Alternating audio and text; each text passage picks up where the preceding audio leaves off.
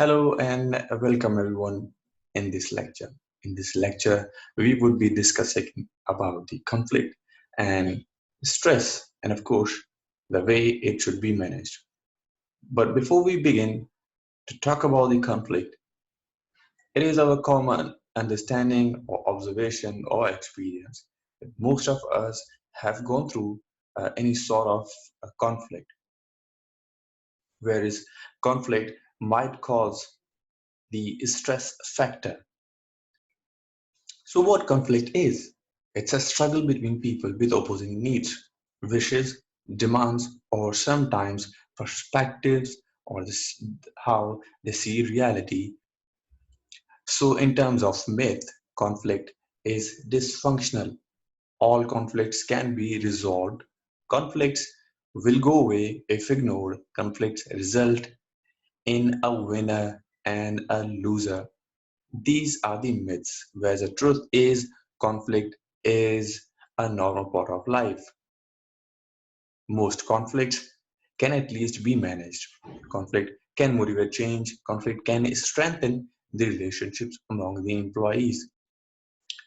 In the next slides, we would be looking at the myths and the truths, which will be clear as we will walk through these slides moving on. As I said, the conflict might be your way or my way, or maybe the way we see the reality, or might be our perception, or might be the needs or demands are different of both people. So there are positive effects of conflict as well. Sometimes conflicts might energize people, opens up channel of communication that may not already exist. Parties involved can learn from the experiences of each other while being in conflict. In other terms, we can say conflict might engage employees in a way they were never before, and they might be opened to experience new ideas, enhance their knowledge, and maybe they are more energized by knowing different ideas. So, positive effects of conflict do exist. They are not always dysfunctional. Whereas, of course, there are some negative effects of the conflict. Anger, resentment can make difficult for working relationship to continue. Under, uh, you know, unresolved conflicts can lead to misconceptions about parties involved in the conflict. Ongoing conflict makes it difficult to focus on job. Of course, if somebody is in conflict in any organization with the other person might be his boss, might be the employee, or might be his or her subordinate as well.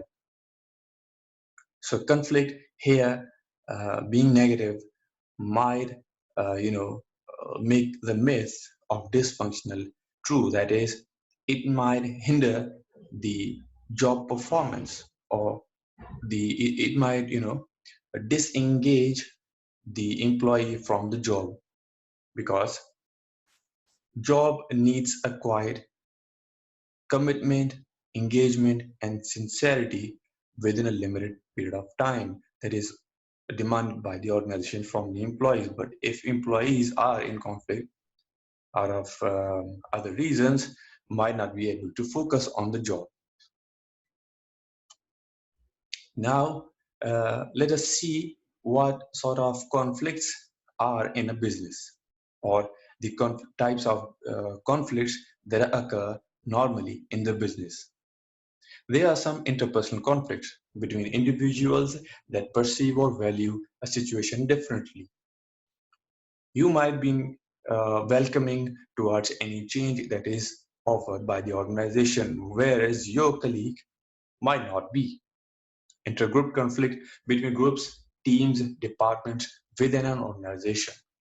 Say one department is ready to adapt new technology, whereas the other department is not ready or might be reluctant. towards the adoption of new technologies in their department or the operations, because they want to continue with their old methods. Or this can happen within the groups as well. One employee or colleague or your partner might not agree with you to do to attain a certain goal or to complete or to do a job in your way, as we seen in our earlier slides. It could be his way or your way. So conflict might erupt into group conflict. Organizational conflict is between the employees and the organization. As I said, you might be in conflict with the management, boss, leader, or the manager that you are uh, directly reporting. So if he wants to deploy, or he wants to implement a policy that you might perceive not according to the goals or the jobs that were offered to you, or job description that was told to you, then that perception or that piece of knowledge might make you in a conflict position with the organization. So here is a pictorial presentation of consequences of conflict. If the conflict is positive, leads to new ideas, stimulates creativity, motivates change, promotes organizational vitality, helps individuals and groups establish identities, serves as a safety valve to indicate problems. This picture is self-explanatory, as each line is quite clearly revealing itself being positive if there is any conflict. And from the negative perspective, consequences might involve diverts energy of work, threaten psychological well-being of the employees, wastes resources and time, creates a negative climate. Overall, the conflicts, overall the organization employees involved in conflict, and the circle gets larger and larger. Breaks down group cohesion, can increase hostility and aggressive behavior among employees. There are generally three outcomes of conflict. Either it would be win-win, win-lose, or lose-lose situation. Managing conflict involves create positive atmosphere in the organization. Parties involved can meet in a quiet, natural setting, so that is you can enhance communication between those, or you can uh, bring in a third person. So he might be working or functioning as a judge, and he might be suggesting some ways out. Keep an open mind. Don't take one side or the other unless absolutely necessary. Be non-judgmental. It may not be important to you, but it is to others. Because if you are biased, or if you judge a person or the conflict or parties involved in the conflict from a different perspective or your personal perspective, then your judgment might affect the conflict. And from positive results, it might turn into negative results. Encourage employees to work together to resolve conflicts before they escalate. Make them understand conflict is a good thing, but resolving is much better than just being on the same stage of conflict. So encourage them, motivate them, and there could be so many ways that organization or boss or intermediaries can do to manage the conflict. Now, as we know, if there is a conflict, there is that which is a more expressive way, but it might exhaust your feeling as well. If you are continuously in an environment that is making you in the same state of conflict, and the conflict or the same state might affect your emotions in terms of psychological, in terms of behavioral or physical. And these basically are the signs for stress. So therefore, we can say to some extent that conflict might lead to stress. So therefore, conflict management is a good decision. Let's see what stress is. Stress is an adaptive response to an external situation that results in psychological, physical, and behavioral deviation for organizational participation. Organizations might need the employees to be in a good mood, in a healthy psychological state, and positive behavioral state as well, so that they are healthy, happy, and energetic to achieve the targets or the things that are set for them, or the tasks given by the organization. Stress is any physical, chemical, or emotional factor causing bodily harm or mental tension. As reported, US being hit by the stress, and workplaces are workplace stress is the number one cause that is causing their employees the health problems. Since stress is not restricted to any region, area, group, or individuals, so stress is a global factor. So there are some classifications of stress. Stress has been classified into four categories. There are eustress, positive stress, stress due to positive events like functions. Sometimes you are more than excited, more than positive. Sometimes you are excited enough, so you might fall in stress. Let's take an example of choosing a good dress for a party or good dress for a particular event. If you're overthinking, then it might lead you in stress. Basically, somehow it depends on the type of personality that you have. If you have personality A, you might be getting stress, of course. Personality B, you might not be stress. Let's see distress. What is distress? Negative stress. Stress due to negative events. They are definitely going to make you stressed out. There's another state which is called the hyperstress. Stress due to overload, too much of work, too many deadlines to meet in a given short period of time. The fourth one is hypostress. Stress due to underworld, monotonous, boring work or tasks to do. Sometimes we are very unhappy or very bored from doing small tasks on daily basis. Many people that are observed in the banking sector now these days are quite hyper stressed, or most of the time they are also hyper stressed. Once the employee knows what they have to do and they are doing well, the life becomes monotonous, and that state also causes them to fall in a stress pitfall, and that state is typically called the hyper stress level. So what are the effects of stress? As we talked about, the effects could be psychological, behavioral, or physical. Are there any positive effects? Some enjoy high pressure situations, get bored without some stress pressure, can be motivating in the right dose, can lead to greater productivity. Some people are workaholic. They love to do a lot of work on daily basis. If they are giving stress, more work, less time, they might take that opportunity as a challenge, and that might motivate few people.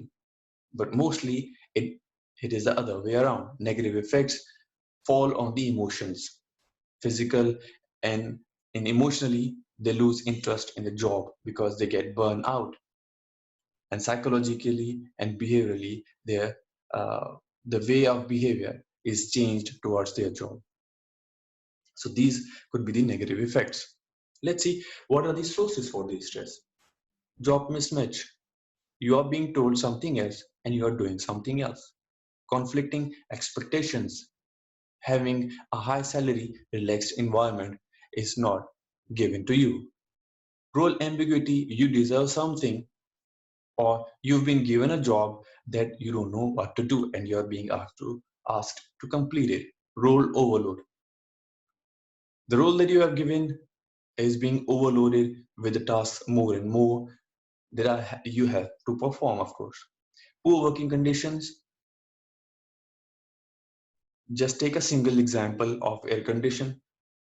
In the hot environment, you're working overloaded, but the conditions are not in your favor, that might also cause stress, unsatisfying work relationships with the employees, and alienation that is being taken out of the group or the organization, or being separated from the social groups. That is the social isolation sometimes. This might also cause the stress, because being human, we want to interact, we want to have relations, we want to communicate to the people. So alienation might also cause workplace stress. The causes of stress: extra organizational stressors, group stressors, and individual stressors.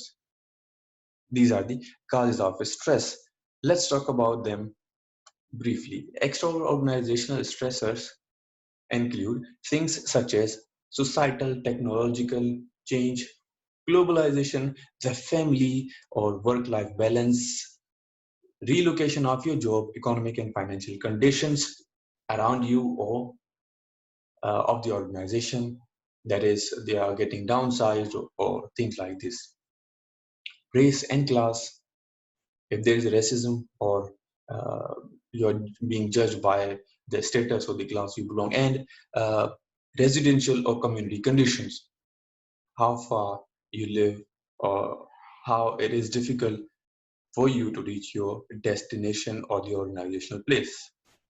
The organizational stresses, uh, organization is made up, of course, groups of individuals, which include micro level stressors, can be categorized into administrative policies and strategies, organizational structure and designs, organizational processes, and working conditions. Whereas the organizational stressor include a responsibility without authority. You don't know the role, you are ambiguous about what to do, but you are being held responsible, but you were not given the authority. Inability to voice complaints, inadequate recognition, and the lack of clear job description or reporting relationships. These might be other factors which exist within the organization, and might lead you towards more stress. So these could be the factors, might be the strategies, policies that are being practiced, or the culture of the organization, the way of reporting that you are in stress, or you are having inadequate environmental conditions, or you are having problems with some people. If these reporting are not supported to you, and you are not eligible or whatsoever, these are the conditions that exist at the organization level. There could be the group stressors, lack of group cohesiveness. You don't want to be in the group that because of your personal interest, or you might not like a person who is already in the group. Lack of social support. Sometimes in groups, you are working on your own while being in the group, or being held responsible for the group performance. Individual stressors involve most of the time personality, whereas the extra organizational and group all eventually get down to individual level. As I said, personality is a main factor. So personality, control, learned helplessness, psychological hardness may all affect the level of stress someone experiences. Basically, in a simple words, it can be said that having overburdened by the stressors or the factors that might be existing in the organization at different levels, or at group level or individual level, they boil down basically towards the sort of personality that you have. If you have control over your personality, or you might be having bad experiences, but if you can absorb them, those stressors might. So coping as well would also be at the organizational level as well as in individual level, as the organizational factors could be involved making you stressed out, or the individual levels, let's say interpersonal communication or relational factors, or your own personality factors. So therefore the individual and organizational level should have the strategies to cope up with the stress and conflict at the same time, because as we know that conflict as I state, if it persists for a long period of time, then the stress might be the outcome. Now, what could be the individual coping strategies? Exercise. Have a time for yourself. Whenever you are stressed, take a walk. Have time for relaxation. Enjoy music or do something that harnesses your positive energy. Behavior self-control. Be proactive. When you are stressed, have a habit that helps you out. Cognitive therapy. Being in a state. Similarly, cognitive therapy and as well as networking might also help you. Group up with people that are positive, that are motivating. So ultimately, these are the individual strategies that help you out being in stress. Whereas in organizational level, be proactive, have knowledge, and acknowledge the survivors' emotions who have been all through these conditions. Communicate with them and communicate after the downsizing. If the firm is downsizing, or if you feel that you are being stressed a lot, communicate to other that maybe you may find a way out from the situation. Clarify new roles. What should you do if the organization support is not available? You might reach your friends. You might approach your colleagues, that these colleagues might help you out from that particular situation. At an organizational level, as we discussed, that organizational or individual could be the strategies. Let's see how organization can manage it. Employer, that is the organization or the person who hires. Employer assistance with employee personal problems is increasing nowadays. Identifying stress early can save a great deal of both money and anxiety, as well as money, as well as the time. Employee assistance programs are introduced with a period of time, puts employees into touch with professionals. Social workers, psychologists, counselors, etc. are now the such as the motivational speakers are being introduced, or the workshops are being gathered or done in the organization or out of the organization to assist the employees to manage their stress. All confidential information is kept within the organization and not shared outside or with others. Wellness programs, company sponsor programs to prevent illness and enhance employee well-being. It includes education programs, medical exams, workout facilities. These all are the strategies or the policies that the organization utilize to manage the stress of their employees. Now, the stress management might include different approaches.